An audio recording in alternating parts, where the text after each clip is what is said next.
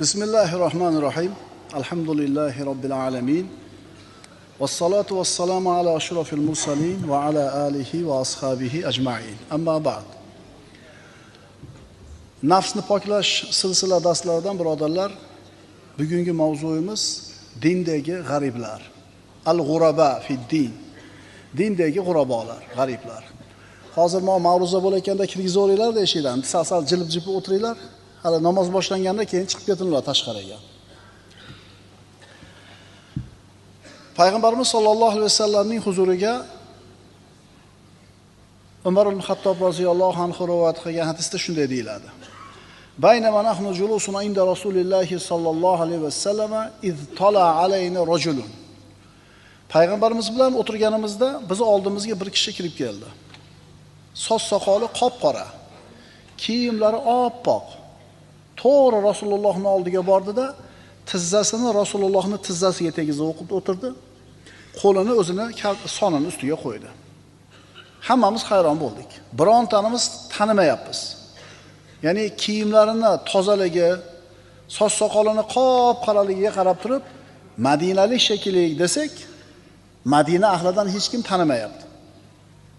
Musofirmikin desak, kiyimlari, usti-boshi u musofirga o'xshamaydi. Kelib payg'ambarimiz oldiga to'g'ri jur'at qilib o'tirdi. Bunday qilishlikka hech kim jur'at qilmas edi. Kelib, "Ey Muhammad, menga islom haqida xabar bering." Payg'ambarimiz sollallohu alayhi vasallam aytdilar: "Kalima keltirishing, namoz o'qishing, roza tutishing, zakot berishing, qodir bo'lsang haj qilishing." Haligi savol so'ragan odam to'g'ri aytdingiz dedi. Umar ibn Xattob aytadi, hayron bo'ldik. O'zi savol so'rab, yana javobini eshitib tasdiqlayapti. Menga iymon haqida xabar bering deb ikkinchi marta so'radi. Iymonning 7 ta shartini aytdi. Allohga iymon keltirishing, farishtalarga, hadisni bilasizlar. To'g'ri aytdingiz dedi. Uchinchi savoli, fa akhbirni anil ihson. Menga ihson haqida xabar bering dedi. Rasululloh sollallohu alayhi vasallam aytdilar: "An ta'budalloha ka'annaka tarahu, fa in lam takun tarahu fa innahu yaraka, fa innahu yaraka." Ihson dedilar Rasululloh. Allohni ko'rib turgandek ibodat qilishliging. Endi garchi Allohni ko'ra olmasang ham, u seni ko'rib turadi. Haligi odam savollarni so'radi, yana qiyomatning alomatlari haqida, so'ngra turib chiqib ketdi. Ozgina turganidan keyin Rasululloh Umar ibn Xattobga qarab: "Ya Umar, atadri man is-sa'il?" Ey Umar, bu savol so'ragan odamni kimligini bilasizmi dedi. Alloh va Rasul bo'luvchiroq deb javob berdi. Payg'ambarimiz aytdilar, bu Jabroil edi. Kelib sizlarga diningizda ta'lim berdi. Bu hadisni muhimligi va qadrini ulug'ligini bitta belgisi Umar ibn Xattobdan rivoyat bo'layotganligi. Ya'ni Umar ibn Xattobdan ko'p hadis rivoyat qilinmagan. O'tib ketgan u kishi. Ikkinchisi, bu hadisda Jabroil alayhisalomning qatnashganligi. Uchinchisi, odam suratida kelib payg'ambarimiz oldiga o'tirib, islomdagi eng muhim 3 ta savolni so'radi. Islom nima, iymon nima, ihson nima? Tasavvuf ilmining birodarlar, hujjati mana shu hadis. Tasavvuf Ali ibn Abi Talib roziyallohu anhu ning taqvo haqida savol so'raganda bergan javobiga asoslanadi. Taqvo nima deganida Ali ibn Abi Talib aytgan edi, al-xawfu minal jalil va rido val amalu bit tanzil va rido bil qalil va istidadun li yawmir rahil. Taqvo nima? Ali ibn Abi Talibning nazarida taqvo birinchisi jalil, Allohdan qo'rqish. Ikkinchisi al-amalu bit tanzil, Qur'on bilan amal qilish. Uchinchisi var-rido bil qalil, oziga rozi bo'lishlik. To'rtinchisi ketishga tayyorgarlik, ketadigan kunga o'limga tayyorgarlik. Mana shu taqvo ekan. Tasavvuf ulamolari mana shu 3-punktini o'zlariga hujjat deb biladi. Oziga nima qilish? Rozi bo'lish. Boriga emas, oziga. Tasavvuf birodarlar, bu siz bilan bizni qalbimizni, nafsimizni tarbiya qiladigan ilm. Bu ilmdan qanchalar xabardor bo'lsak, shuncha nafsimiz poklanadi, shunchalar Allohga yaqin bo'lamiz. Alloh taolo aytadi: "Ey banda, uzoq yillar davomida odamlarning nazari tushadigan joyingni rosa tozalading. Kiyimingni toza tutding, uyingni toza tutding, mashinangni toza tutding, ishxonangni toza tutding. Ya'niki mana shu joylarga odamlarning nazari tushar edi. Uzoq yillar davomida odamlarning nazari tushadigan joyini poklading, tozalading. Endi meni nazarim tushadigan joyini ham bir kun bo'lsa ham tozaladingmi deydi. Allohning nazari tushadigan joy qayer? Bizda qalb. Tasavvuf degani nafs tarbiyasi degani. Tasavvuf degani qalbning musaffoligi degani. Tasavvuf degani qalbun salim, pokiza qalbga yetkazuvchi yo'l degani. Alhamdulillah robbil alamin yaqin bir 4-5 yilda bu yog'ida shu tasavvuf haqidagi tushunchamiz asta-sekinligi bilan to'g'rilanib boryapti. Ma'ruzalar, kitoblar chiqarilyapti, o'qib, eshitib o'rganyapmiz. Demak, biz o'qiyotgan nafs tarbiyasi, tasavvuf ilmi dalili bor ekanmi? Jabroil alayhissalom 3 ta savol so'raganda islom, iymon, ihson dedilar. Tasavvuf ilmining maqsadi nafsingizni poklab, sizni ihson martabasiga olib chiqishlik.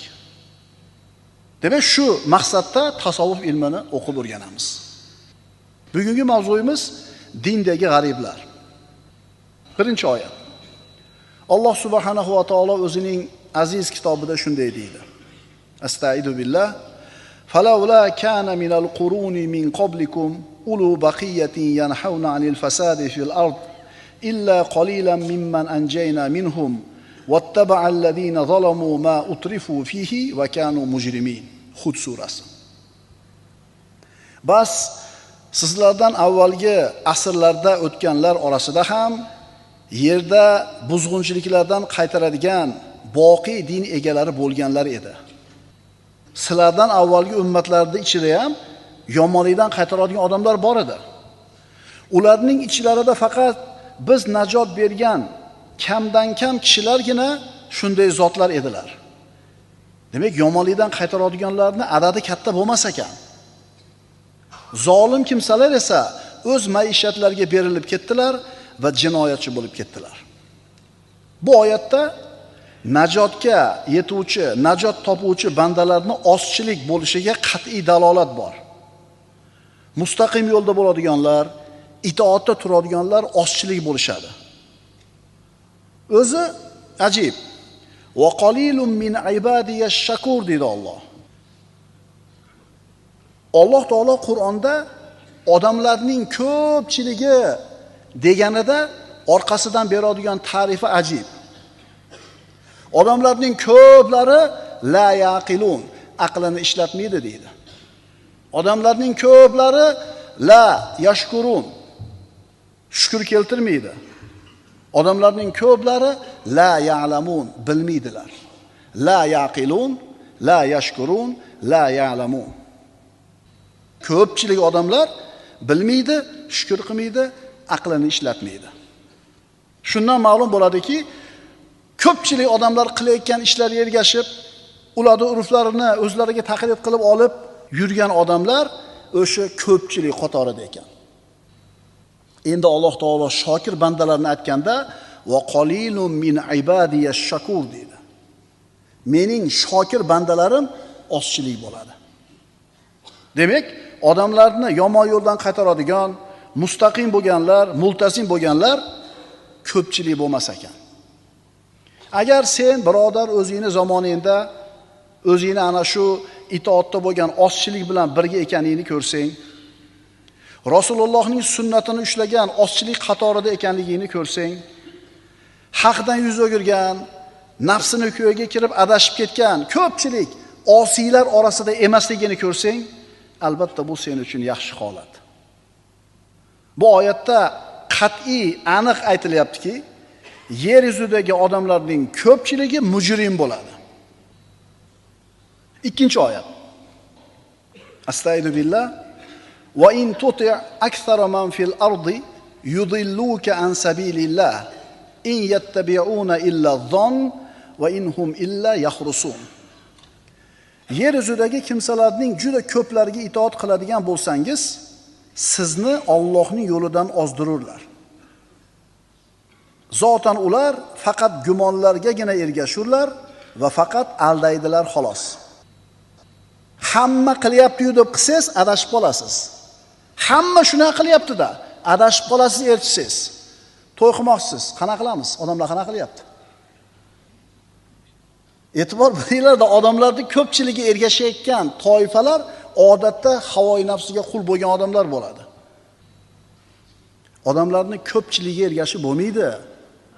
Alloh odamlarning ko'pchiligi deganda aqlini ishlatmaydi, shukr keltirmaydi, tafakkur qilmaydi deb aytayapti. Gohida ana shu dinini mahkam ushlagan, multazim, taqvodor yigit o'ylanib qoladi. Shuncha odam bir tomonda turib, men bir tomonda bo'lsam, ular ish qilib haq emasmikin? Ish qilib men o'zim adashmayapmanmikin?